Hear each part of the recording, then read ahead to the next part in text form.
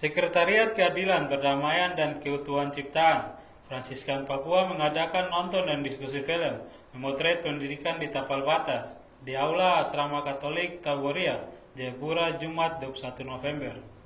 Beberapa orang dari mahasiswa, pelajar hingga pastor ikut dalam nonton dan diskusi tersebut.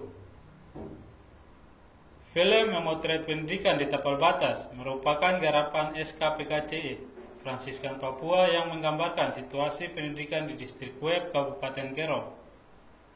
Film berdurasi 29 menit ini menceritakan tentang upaya dua orang pastor memfasilitasi tempat seadanya berupa dapur tua biara hingga rumah bekas guru yang dibangun tahun 1980-an untuk ditempati oleh anak-anak remaja agar bisa tetap bersekolah.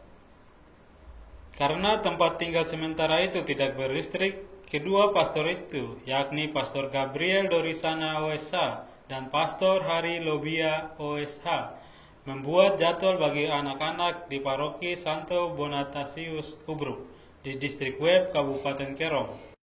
Saat ini Pastor Gabriel dan Pastor Hari yang bertugas sejak tahun 2019 hingga 2023 ini sedang berupaya membangun rumah singgah untuk anak-anak tersebut. Hal itu terdorong oleh kondisi yang sulit bagi anak-anak di mana mereka harus berjalan kaki selama 2 jam hingga setengah hari untuk pulang pergi dari kampung ke sekolah. Sulitnya kondisi itu juga membuat banyak anak tidak bersekolah. Yuliana Languwuyo, Direktris SKPKC Fransiskan Papua, mengatakan tujuan dari membuat film dokumenter ini ingin memberitahukan kepada publik, terutama pengambil kebijakan tentang situasi pendidikan di wilayah tersebut, dan berharap agar dapat mendorong terciptanya kebijakan untuk perubahan situasi atas hak-hak dasar terutama pendidikan menjadi lebih baik. Ia menambahkan, kita tidak bisa melihat dan diam saja, tapi harus bergerak dengan solusi, memberikan alternatif seperti yang dilakukan dua pastor ini. Kesehatan dan pendidikan itu hak dasar yang sampai saat ini masih menjadi masalah paling besar untuk orang Papua. Kita masih tetap bisa bicara soal angka buta aksara yang tinggi, kita masih bicara soal ibu yang mati karena melahirkan di fasilitas-fasilitas kesehatan di kampung. Padahal orang semua tahu bahwa Papua ini uang terlalu banyak. Mulai dari dana otonomi khusus, dana-dana kampung, dana desa, tapi pendidikan dasar, hak yang paling dasar, hak pendidikan dan hak kesehatan itu masih menjadi masalah sampai sekarang. Lihat saja di video yang tadi.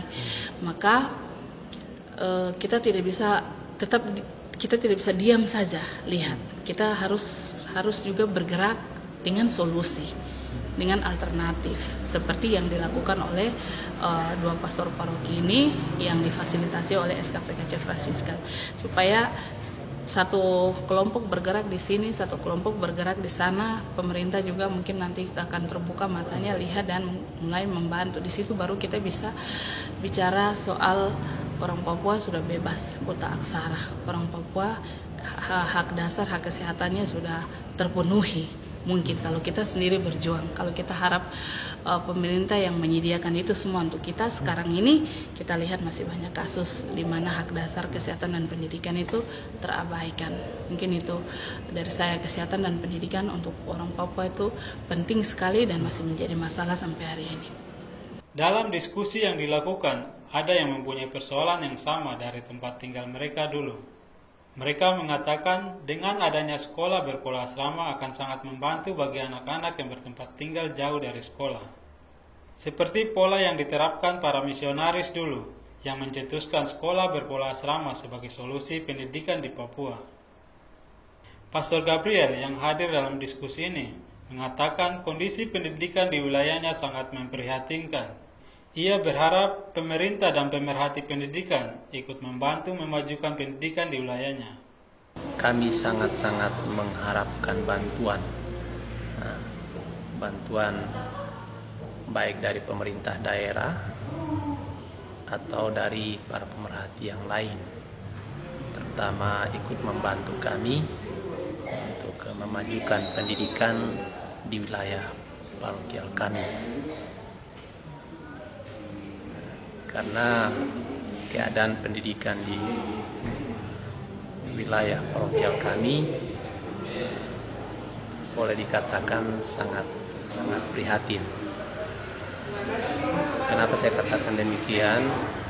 Ya, banyak kali ya,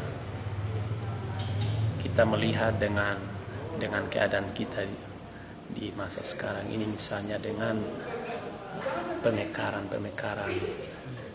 kampung, tapi kadangkala kita tidak menyadari tentang dampak dari pemekaran kampung itu kepada generasi muda kita.